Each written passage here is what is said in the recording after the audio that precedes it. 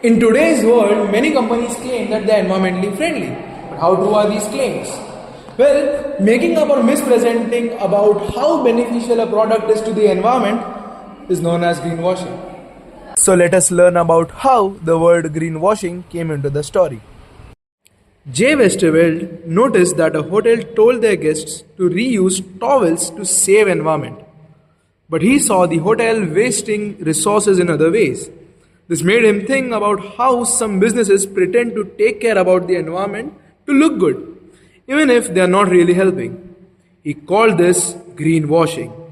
Let us explore some examples where companies have been accused of greenwashing. Chevron begins its Disastrous People Do campaign in 1980s, talking about the work it was doing to save animals while still leaking oils into delicate ecosystems and contributing to global warming.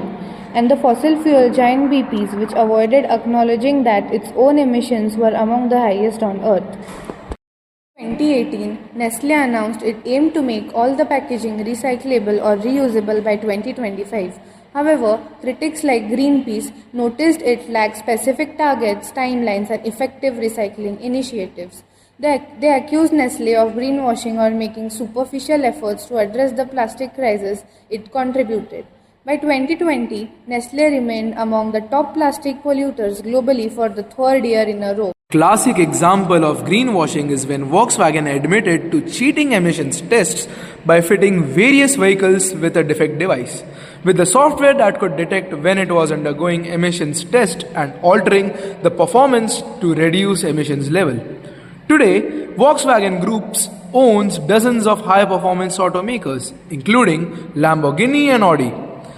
But in actuality, these engines were emitting up to 40 times the allowed limit of nitrogen oxide pollutants. Well, talking about caffeine, Coca-Cola's sustainability initiatives are more about improving its image than making substantial changes. Critics argue that the company should prioritize reducing plastic use and start to improve recycling infrastructure. The Adani Group, involved in various industries including energy and infrastructure, has been criticized for its environmental practices. Projects such as Carmichael coal mine in Australia have been faced oppositions due to concern over their impact on climate changes and local ecosystems. Critics argue that despite claims of environmental stewardship, the Adani Group projects prioritize profits over sustainability. Companies often use terms such as carbon negative and claim to practice carbon offsets to show how sustainable they are. Carbon offsets are a way for companies and organizations to compensate for their greenhouse emissions.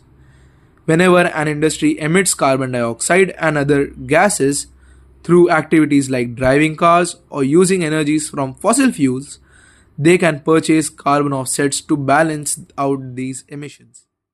Carbon offsets work by funding projects that reduce or remove emissions from atmosphere.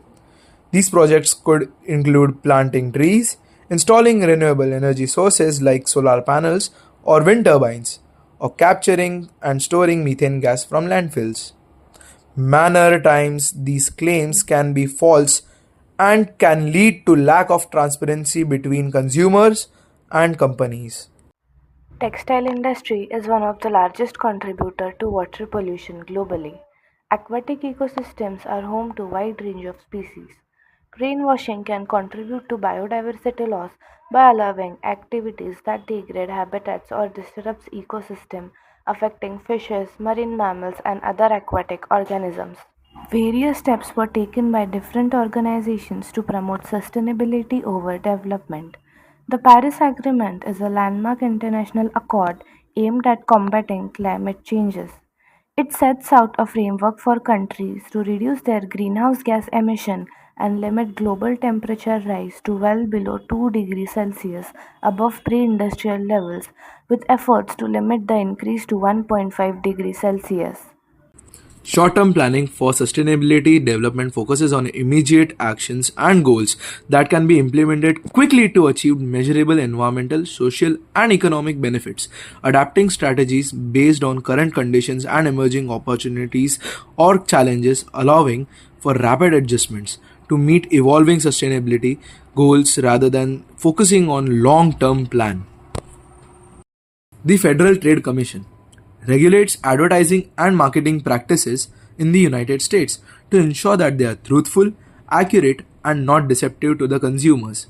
If a company makes up a specific environmental claim, for example, biodegradable, carbon neutral, they must clarify or disclose the basis of these claims. The Securities and Exchange Commission oversees and regulates the financial markets in the United States, including investments in environmental, social and governance (ESG) funds. European Union has developed a regulatory framework to combat greenwashing, focusing on ensuring transparency and accuracy in environmental claims. This includes regulations under the European Green Deal and the Sustainable Finance Disclosure Regulations, which requires financial institutions and companies to disclose how they integrate sustainability factors into their operations and investments. Remember, true environmental responsibilities goes beyond words. It requires genuine action and commitment. If you want to benefit the environment, plant a tree. Don't be a victim to greenwashing. Thank you.